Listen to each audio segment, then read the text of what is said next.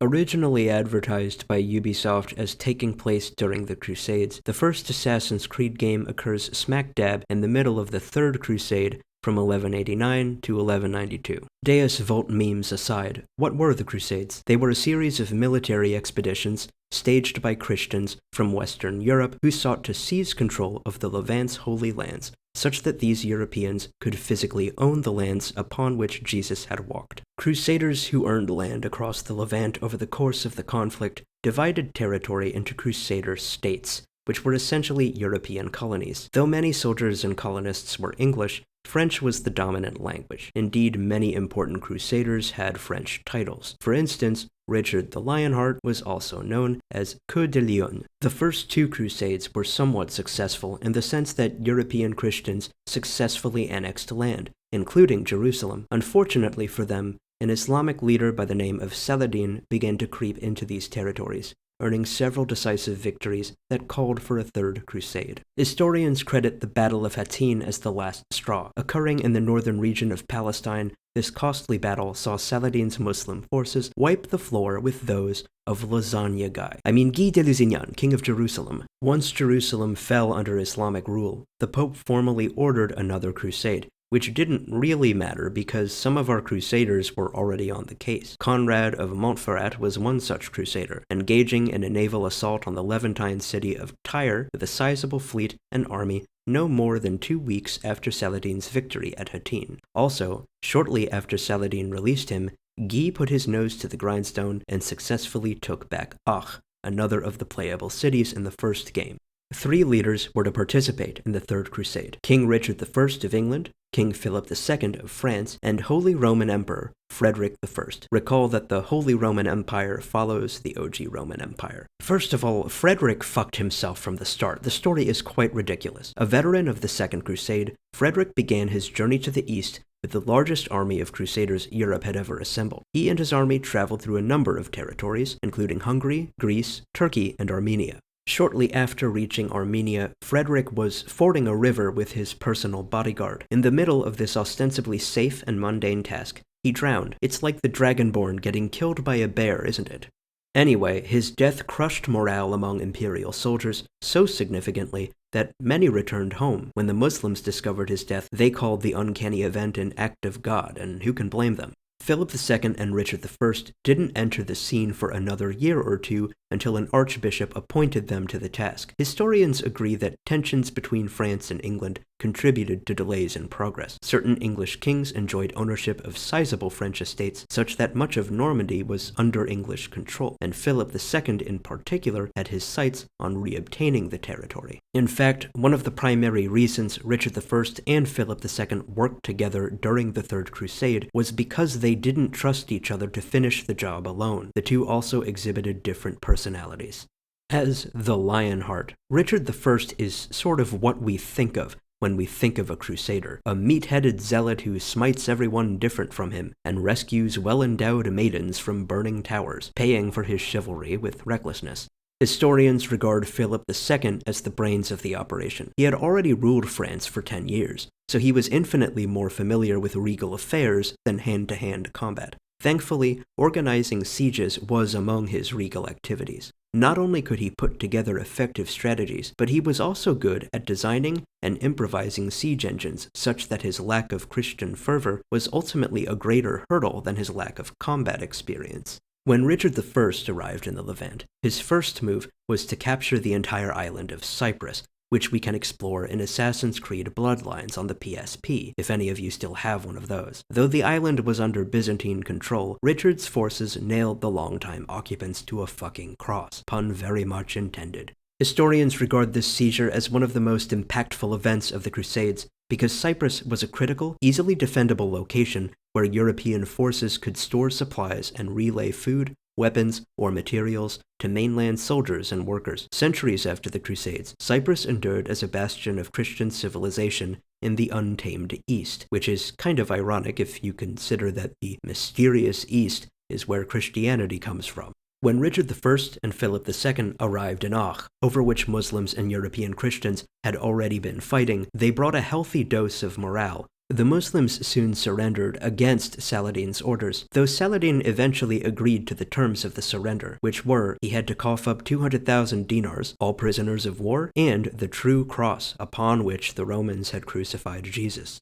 When Crusaders officially took Acre, there was a lot of dissonance regarding who should have control over what. Stating he'd fulfilled his duties, Philip II immediately abandoned the crusade to return to France and tried to take Normandy back from England. This earned him a great deal of resentment among French soldiers who continued to campaign under Richard I. The final fight was on its way, as Saladin stalled on meeting the terms of the surrender. Ultimately, both sides slaughtered their prisoners of war, completely eviscerating the agreement. The Battle of Arsuf was the final showdown, during which Richard I delivered a dizzying and direct hit to Saladin's forces without suffering any major losses.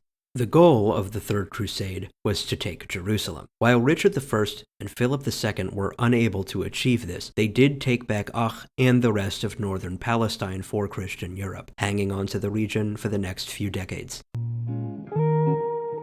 Before discussing the literal dicks Michelangelo drew on the ceiling of the Sistine Chapel, I must first address humanism, the belief in humans. What the fuck does that even mean? In the preceding Middle Ages, European life was all about being as pious and dutiful as possible to secure a place in eternal paradise upon death. Fuck this, the humanists explained. Believing that this one life is all we have, humanists took interest in contributions across multiple disciplines, as well as a revitalization of classical knowledge discovered by Greeks and Romans. Much more secular than predecessors, humanists celebrated human achievement and completely abandoned the life of penance that feudal arrangements expected from the poor.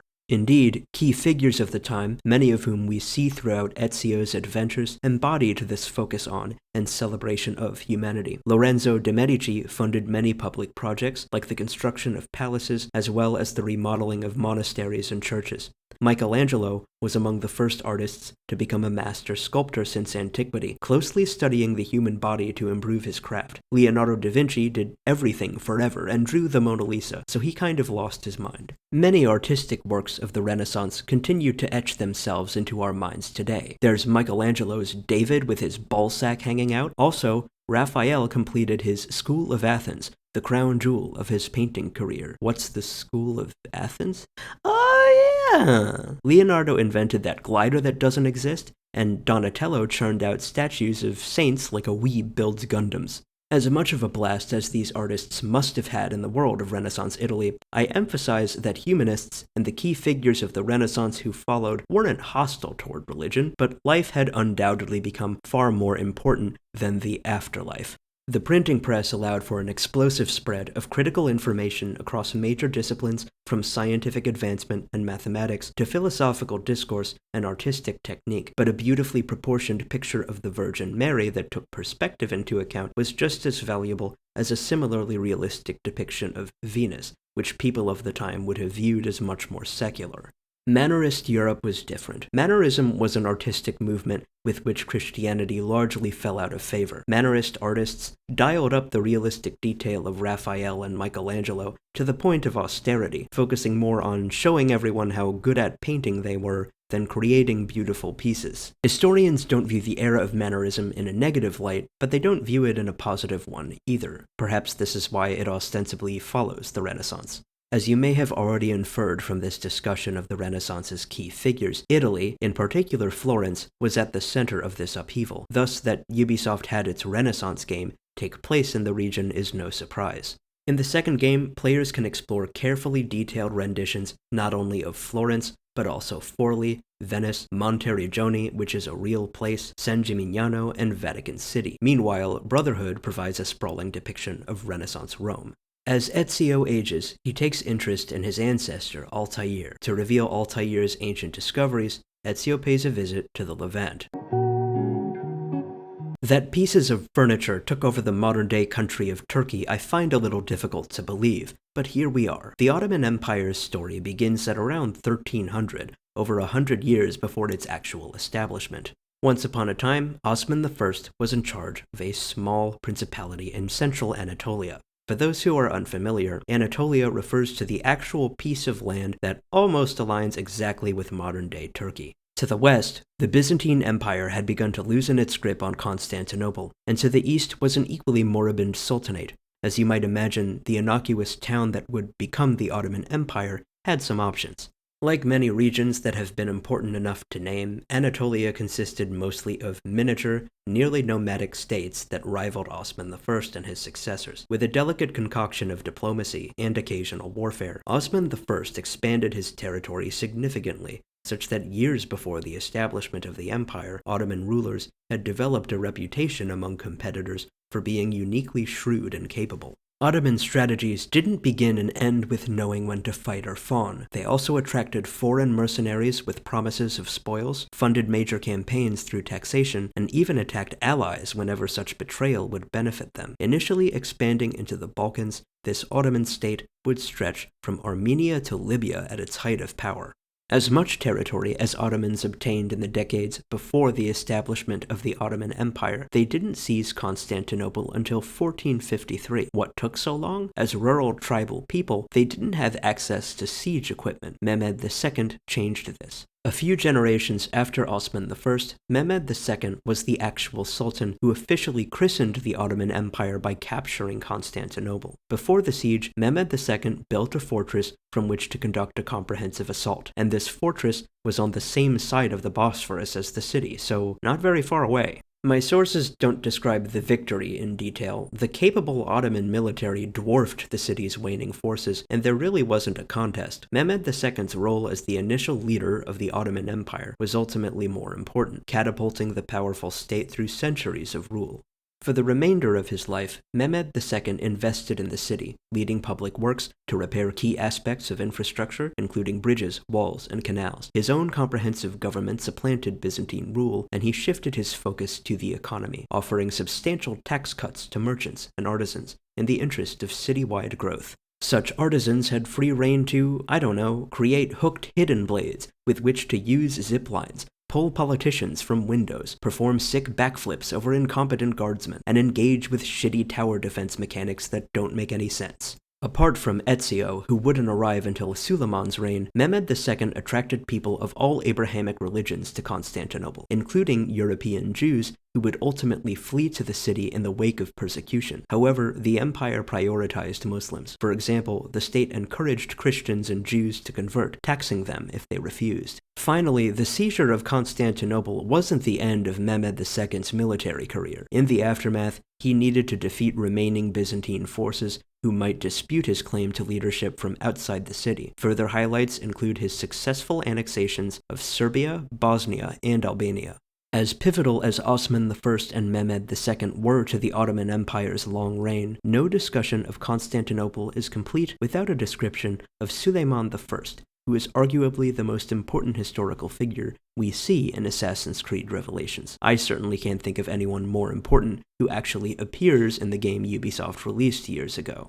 Known among Europeans as Suleiman the Magnificent and across the Empire as Suleiman the Lawgiver, Suleiman I achieved many feats that mirrored the mild and reserved personality with whom we engage in the game. Suleiman I served as the impetus for many legal reforms across the empire, nurturing alliances with states far east and far west of Ottoman territories. Meanwhile, Suleiman I dug so far into the Balkans that he reached Hungary. He would have breached Western Europe if not for Viennese forces. While Suleiman I's legal reforms and new territories remained for the next few centuries, complacency kept him from seizing many opportunities of which his predecessors would have taken advantage. Indeed, he was the heir to wealth and decadence that mainly Europeans saw. Historians regard him as an effective ruler, but there's little doubt that the Ottoman Empire immediately began to decline after his reign, such that the empire completely dissolved in 1923. In summary, nothing lasts forever, but that's a long time. This chronicle covers 8 centuries of history. That's all for Ezio and Altaïr. We're going to take a break from the original trilogy for now. In the next video, we're going to take a look at the Assassins' East Asian front in the war against the Templars, discussing the Ming Dynasty, as portrayed by Xiao Jun's story in Embers and Chronicles China, as well as the Azuchi Momoyama period in Sengoku Japan, as portrayed by Naoe Fujibayashi's story in the upcoming title Assassin's Creed Shadows.